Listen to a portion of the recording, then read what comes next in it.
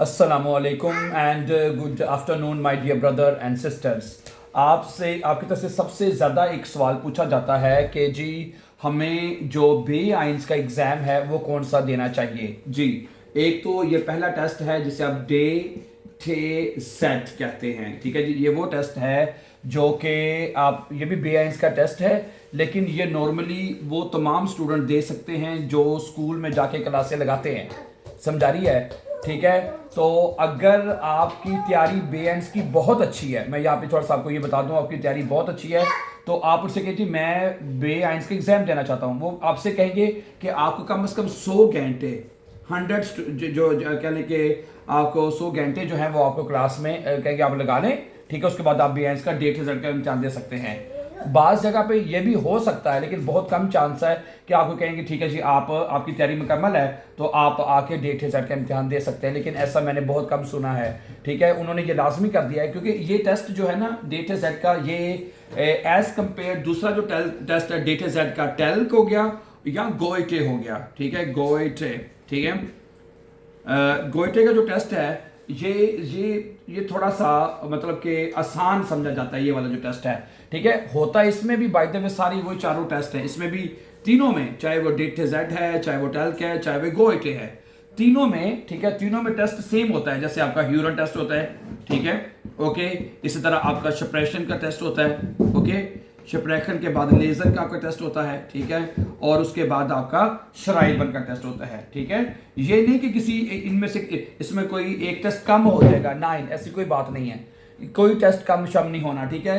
इनमें आप, इसमें आपका ह्यूरन भी, सप्रेशन भी, लेजर भी और श्राइबर भी टेस्ट होगा तीनों में। लेकिन ये एक सोच या आइडिया जो स्टूडेंट्स बताते हैं कि इनका जो टेस्ट है वो पैटर्न आसान होता है, वर्डिंग्स जो होती है वो आसान होती है। लेजन का जो टेस्ट होता है वो एज कंपेयर टेल्क के और गोइटे के आसान होता है। ब्रीफ भी लिखना है, लेकिन वो इन दोनों के मुकाबले में जरा आसान समझा जाता है। समझा रही बात आपको? तो इसलिए मैं आप ये मतलब जैसे मैं बताया, लोगों का ख्याल है, लोग बताते हैं स्टूडेंट्स। और दूसरी बात, इनकी जो नंबरिंग है, नंबरिंग सिस्टम, नंबर, ठीक है, जो इनका नंबरिंग का जो सिस्टम है वो भी आसान होता है डेटा जेड में।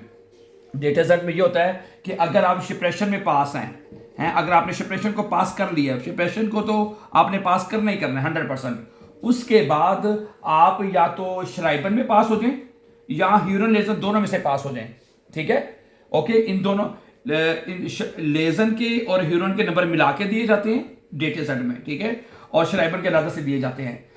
आपने शिप्रेशन में आपने मुझ पास होना है, 100% पास होना है।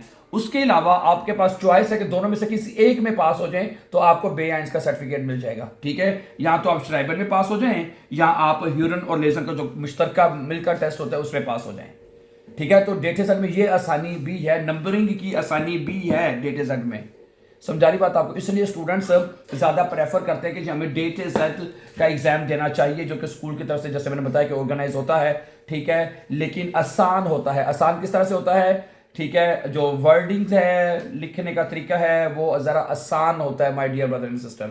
लेकिन अगर आपको लैंग्वेज आती है, अगर आपको ग्रामर आती है, तो देन आपके लिए इगाल टेल्क का हो, गोइटे का हो, आप उसको बड़े आराम से शाफन कर सकते हैं। बल्कि मैं यहाँ पे कहूँगा, जो हमारे स्टूडेंट हमारे साथ जो ऑनलाइन पढ़ते हैं उनको पता ही है कि हमारे एक स्टूडेंट का पिछले हफ्ते में टेल्क का एग्जाम दिया है उन्होंने, और उसके बहुत अच्छे नंबर आए हैं, ठीक है, 243 नंबर आए हैं। मैं लिख भी देता हूँ, नाम नहीं मैं लूँगा, ठीक है, 300 में से 243, ठीक है, ये नंबर उसने लिए हैं।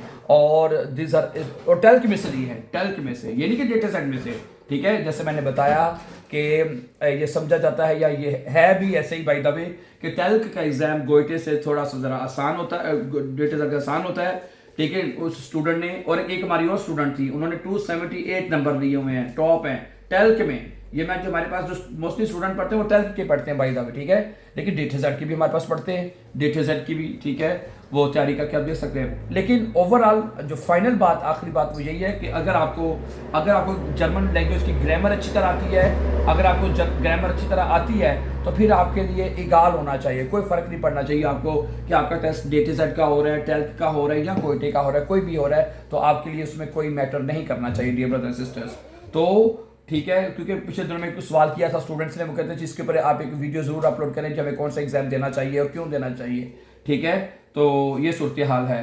ठीक है, शराइबन जो है वो भी सेम ही होती है तकरीबन बेएंस की तरह। ठीक है, तो जैसे मैंने बताया, चाहे आप कोई भी टेस्ट दें उसमें चारों मॉड्यूल्स का टेस्ट होगा, ह्यूरन का, शिप्रेशन का, लेजन का, शराइबन का, तीनों का टेस्ट होगा।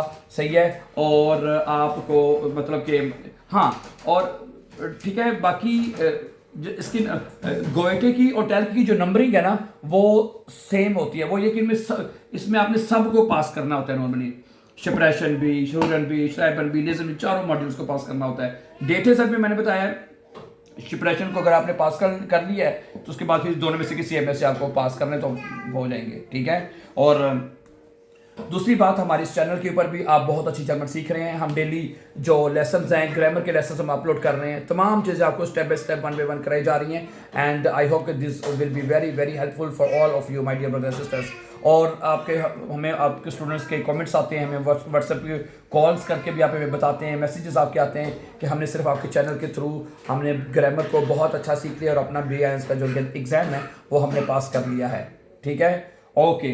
तो इसके हवाले से अगर आपको कोई सवाल हो या कोई बात अगर आपने कहनी हो या पूछनी हो मज़ीद तो आप पूछ सकते हैं। वैसे मैंने नॉर्मली हर चीज़ आपको बता दी है। ठीक है, तो दोबारा जाते वक्त आपको बता दूं कि डेटा जेड के एग्ज़ाम के लिए नॉर्मली आपको स्कूल में मेल्डिंग जो है वो करवानी पड़ती है। ठीक है, जब तक स्कूल में मेल्डिंग नहीं करवाएंगे, ठीक है, तो आपको भी दाखिल टेस्ट लेने की वो इजाज़त नहीं होती। ठीक है, तो इसलिए आप वहाँ पे अपनी रजिस्ट्रेशन करवाएं। ठीक है, एक महीना अगर आपको क्लासें भी लगानी पड़े और आपको आसान टेस्ट मिल जाए तो देन मेरे ख्याल से अच्छी बात और नहीं हो सकती। ठीक है, so thank you very much my dear brothers and sisters for more upcoming important videos. Don't forget to subscribe. Have a nice time and take care.